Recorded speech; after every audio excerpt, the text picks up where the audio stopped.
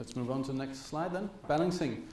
As you might notice, I've removed the new balancing model now, because now the balancing system is about a year old, and I think it's about time that it's not new anymore. But yeah, that's just a detail that some of the frequent visitors would notice. Balancing, well, I've got 3 topics for you today. Well, first of all, I want to give you an overview on what's going to happen here 1st of October. There is some changes to the balancing system which I will go through. Secondly, I will bring up the topic about the evaluation of the balancing model, which is a requirement from the methods approval from DERA last year. So after a year we are supposed to evaluate the balancing model together with the market. So that for 1st of January 2016. And that brings me to the third point, is that how will we involve you in that evaluation. So that's the topic for today, and please interrupt me if you have anything during the presentation. Yeah, so first, changes towards 1st of October 2015. There are 3 changes here I will go through. First of all, the asymmetric green zone, as announced, we will change the way we are calculating the how the green zone is placed towards the yellow zone, meaning that the green zone will be asymmetric depending on the balancing position of the market from the day before. So if we look at the what do you call it, the blue star here, that is the end position from the market the day before. That will give the asymmetric form of the green zone the day after. This makes sense, very good sense in terms of the physical, because then we are able to absorb the imbalances from the day before in the green zone the day after and make incentives to go in the other direction. You can say from a fee point of view, this is something we will discuss in the evaluation later this year. So, so this is still with the current fee structure. We are implementing this. Also notice that the green zone will be calculated early in the beginning of the gas day instead of the evening before the gas day before, which means that all the periods where the green zone is announced the day before and until the new gas day, which is about, I don't know, around 9 hours, are moved away. So it's only one gas day at a time. This is also to make room to calculate the actual imbalance from the day before.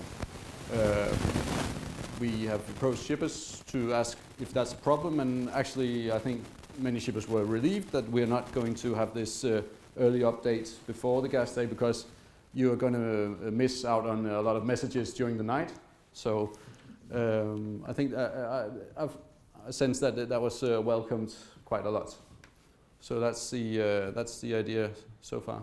Are there any comments, questions to this? It's been yes, Yannick. Yes, Yannick from Brown. I'm just wondering. Let's say that I'm causing the. Just a sec, Yannick. There's a microphone on its way. Okay. Just say that I'm causing the 5 imbalance on gas day 1. Then I pay a fee. Yes. For fee imbalance. Yes. Then you take this imbalance, which I mean is balanced out because I bought it from you. Mm-hmm. Then it should be 0 again. But you say that I'll take this imbalance into the next gas day, and then I probably punish someone else to put the gas back in. So don't you take the fee twice when you introduce this? I would. What you want to do is that you want someone else to put the 5 that I didn't put in yesterday. You want someone else, one other shipper to put that in. Not necessarily. But in order to do that, they have to be in imbalance on the day after, paying a fee for being imbalanced. Then that's up to this. Sorry. These 5 megawatts twice. Yeah, that's up to the shippers the day after. You can be in balance and there's no problem. You can help the system, and then you, yes, I agree, you will pay a fee for that. Again, going back to one of my comments earlier, the fee structure is going to be discussed in the evaluation. So we will look into this also. But it's up to the shipper on the gas day in question to react to do the reaction he wants to do. If he wants to help the system, then yes, he will pay a small fee. The fees are, as it is today, quite small, as we know. But he can also choose to be in balance, which is normally the right what you call it, yeah, the right way to do it. But that's up to the shipper on the day. So the shipper themselves are not. They are, you can say, balanced on the day. So when they're cashed out, they are at zero. The system is true.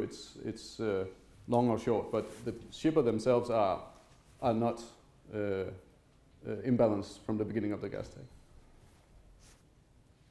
Yeah, I don't know if that's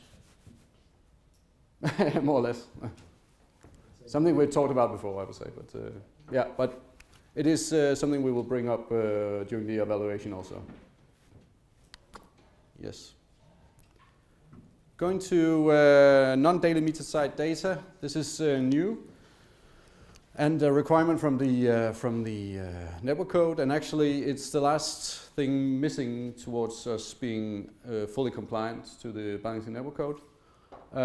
This figure shows you that there are in a total 6 data transfers on the non-daily meter sites. One before the gas day, which is a complete forecast of what's going to happen during the gas day. It's a forecast of all 24 hours, so it's a full gas day forecast indicated with these long lines here. So it's a full gas day, not like the DMS data. The daily meter sites data is actual flows in the past. This is a guess on the future, so to say. So one transfer before the gas day at 1300 before you nominate, and then 5 updates during the gas day at the same times as the daily meter sites are published. I can say the one before the gas day is actually a requirement from the balancing network code, so that's also why we're doing it. Here's some details also. Most of it I've said. It's forecasted data, but data is also overwritten as we go along in the gas day, meaning that when we get data in from our metering stations, we explore more on what is actually happening during the gas day.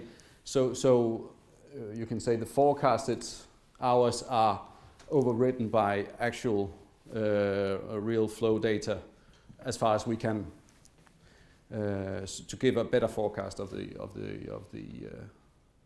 flow.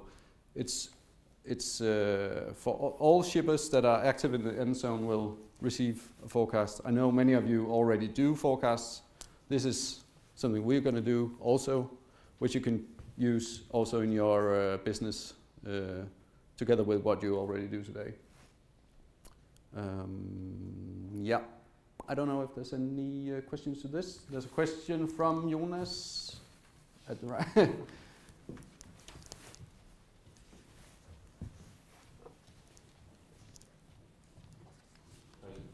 that mean you'll make available the corresponding historic data?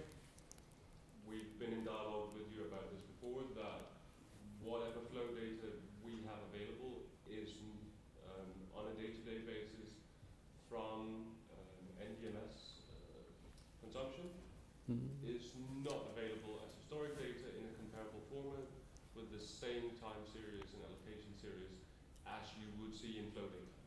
So what you're asking is the data format for sending this out. You would also not the data format, the data. The data from the past. If you're overriding with real NDMS flow data, we don't have any time series to compare that to. That data is not available to us. I'm not sure if I understand, because this is all of this is happening during the gas day. We're not overwriting anything after the gas day.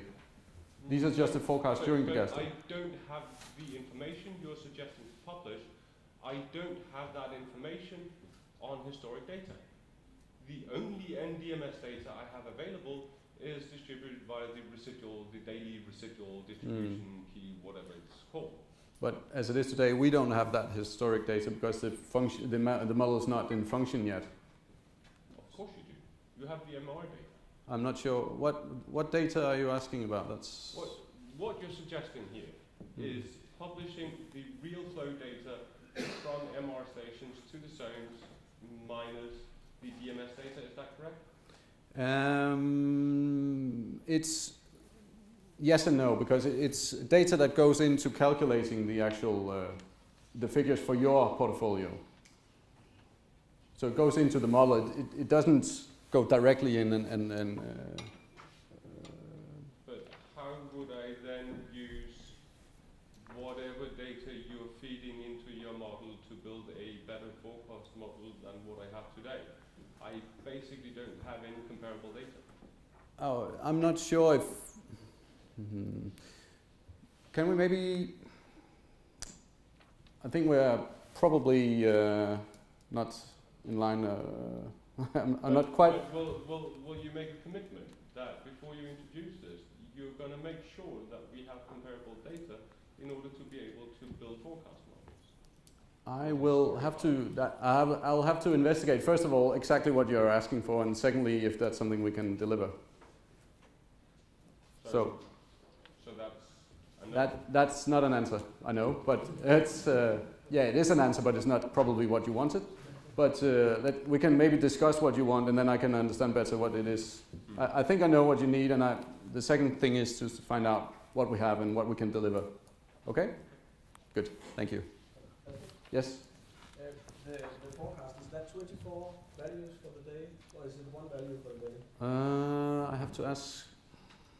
I can't remember actually if it's...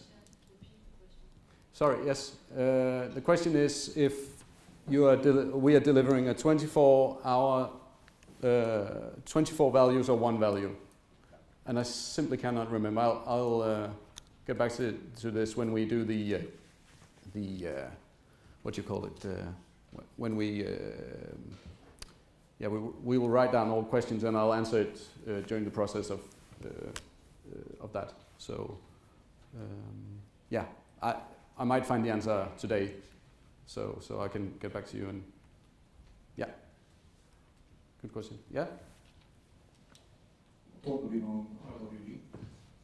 We get a forecast on D-1 at 1 o'clock, and perhaps this touches on the earlier discussion, and then you're going to provide us with real data, and you're going to override. I assume that's hourly data then. You're going to override the past hours. Will you use that extra knowledge to update the forecast for the remaining of the gas day? That's exactly what's going to happen. That's the idea. That's when I say overwrite, I mean that the forecast is updated with the new knowledge. Yeah. Yeah, I don't know if there's any other questions to this, or so I'll move on. Now to what we now call the data payment model. The story behind this is that we have been working with various models to find out how to so to speak, compensate. That was the old word we used for data not being correct. We have tried different solutions, and we actually had a description in the draft rules for gas transport was forwarded to you recently, which is not the one we are going to go further with, because it turns out that was very, very complicated. It was quite, you could say, it was a very precise model, but it was also extremely complicated, and it would. We foresaw that because we had problems actually presenting the model internally, and we could only imagine when we were going out to you guys that would be what would happen. And also, we could imagine that the controlling of the actual amounts when you receive them, our invoices, you would think, how did you come up with these figures? You can get back to us, and then we would have a problem explaining it. So we have decided to go for a much more simple model, taking into account almost all the same principles, but it's not as exact as the other one, of the old model, but it's still a fair model. So you will see it different in the coming rules for gas transport towards what you saw. So we've called it data payment model or data rebate model. The name is not final yet, I think. It's only last week we found out we were going to change this. But every month we will publish the performance of the data on our website. We already do this for daily metered sites data. And this percentage is going to be used to calculate the actual rebate or payment towards you based on data not being received or data not correct, you can say. So yeah, and we will have a threshold of 95%, meaning that if performance is better than 95%, there is no rebate or payment. But if it's poor than 95%, you will receive a rebate. 95% we find is a good way. It's quite a high level to start with. Also taking into account that we will be forecasting non-daily meter size for the first time, and probably we're not going to be as exact as yourself in the beginning. So that's where we're starting.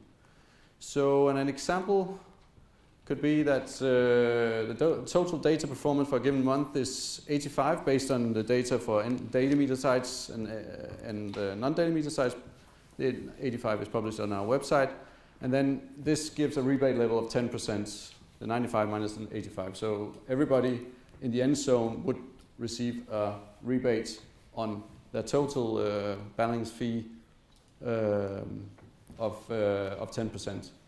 So if you have had huge balancing costs 1 month, you would then have quite a high payment back. And if you have low costs or no costs, you wouldn't receive any payment. So that makes sense towards that. It follows that if you have had bad data or no data and you've received high costs because of this, then you will have a higher payment back from Energinet. Yes, Yannick? These 85%, is that an hourly number, daily number, or a monthly number?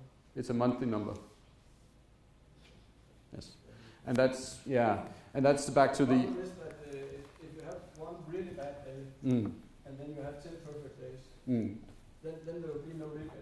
But the one day can cost a lot of money.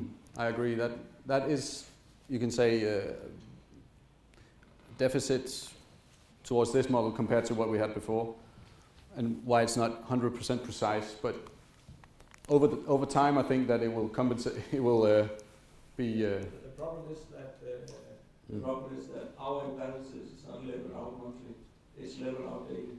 Yeah, I know. I mean, I think the fairness of the model will pay off over time, meaning that sometimes you will be compensated a bit more, and sometimes you will be compensated a bit less. You probably always get compensated because we will have unless we perform very well, which. I'm Sorry. not sure about that. No. Okay. No. But I agree. But you can say that's what we get out of trying to do a very simple model. I understand your comment.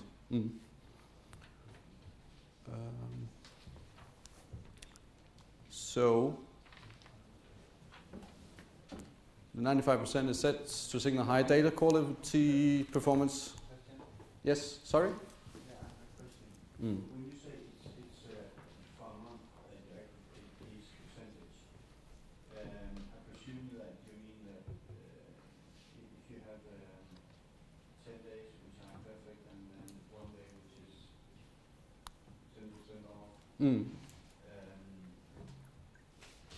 not going to be like when you, I mean, you're going to aggregate every day.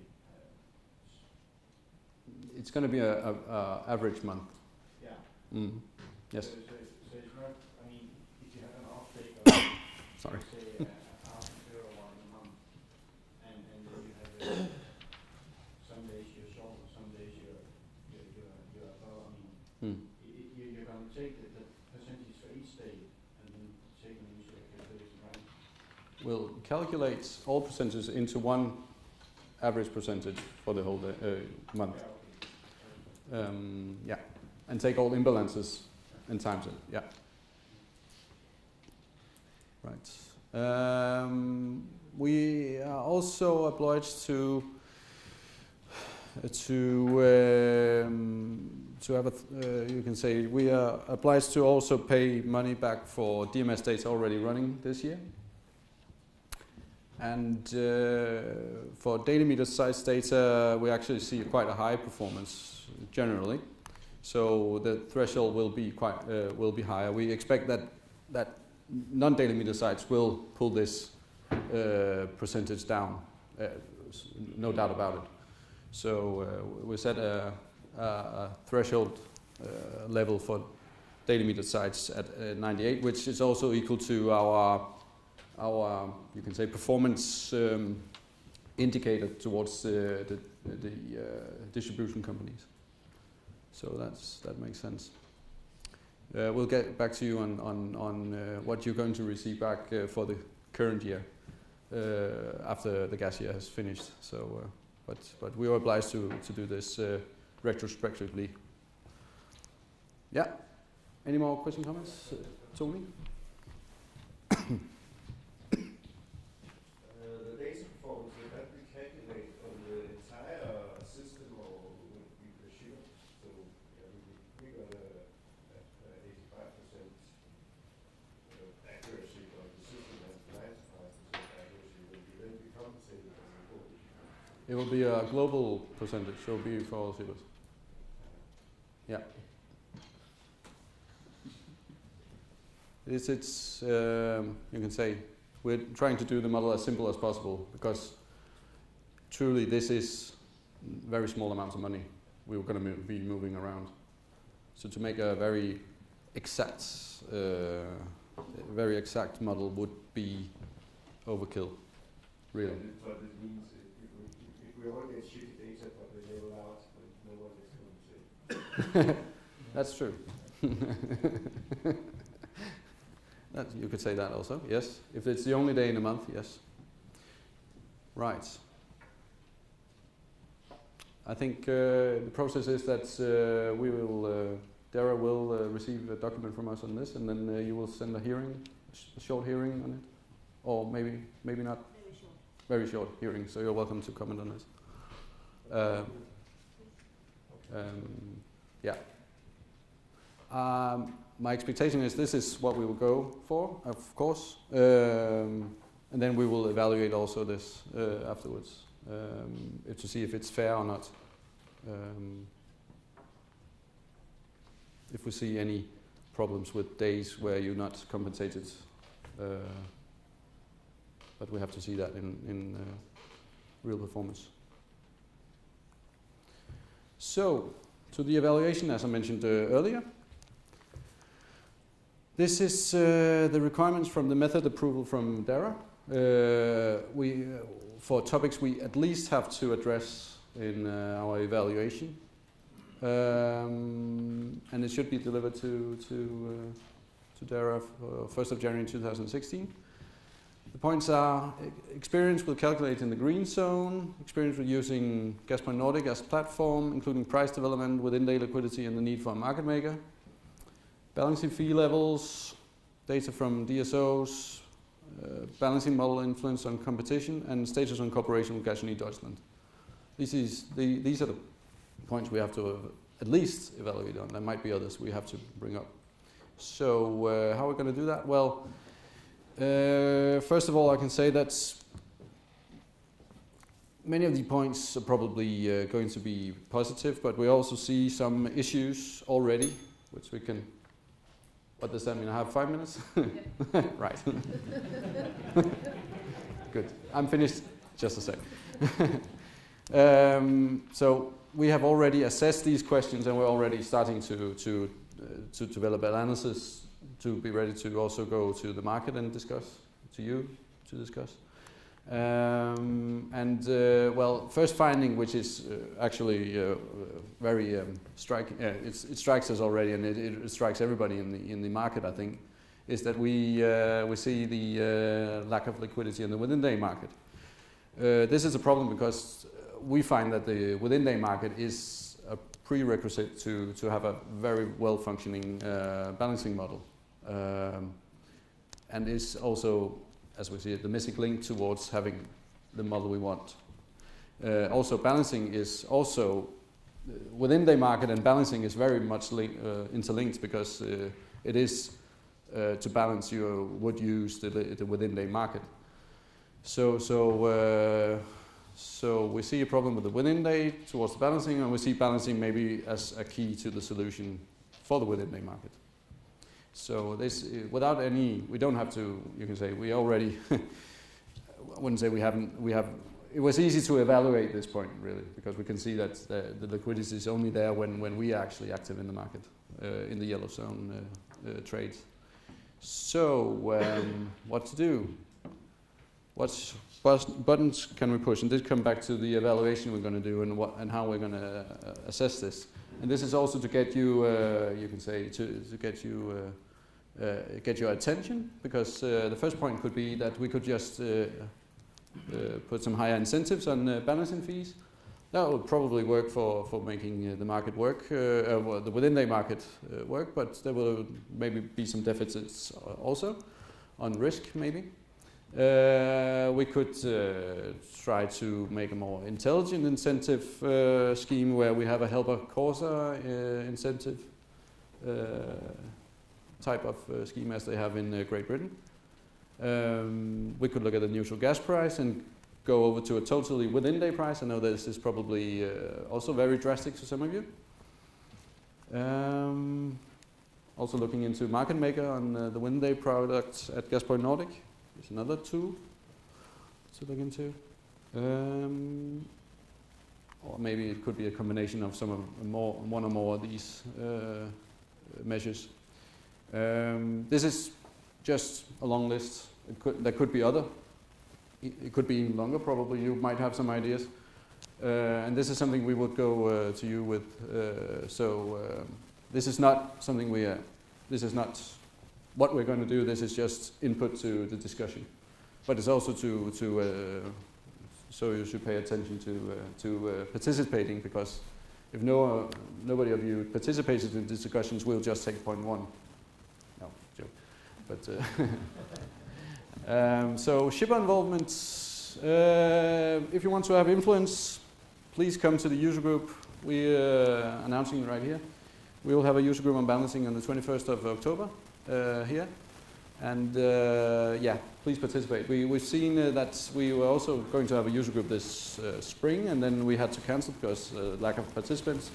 So please participate, come to us, and let's have the discussion. I think it's going to be much better to have it in a open forum than just us thinking of something.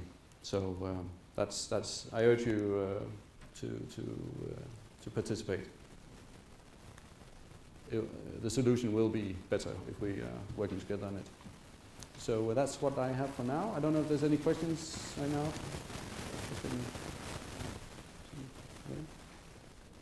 Yep. Thank you, President. I wonder the request into the significant inputs in this data performance discussion. Mm-hmm. Instead of submitting the data to the error and have them to do a hearing, could you shortcut the process and involve the market before submitting the data and receiving comments from the market? Can we say that we will think about that as an input? Just a proposal? Yeah, it's a proposal, but yeah. Because we haven't seen it until now, and I think a lot of significant input in this forum. Yeah. Let's. I'll find out. I can't say yes or no standing here, but we will find out if that that could be a valid path. Okay? Thank you.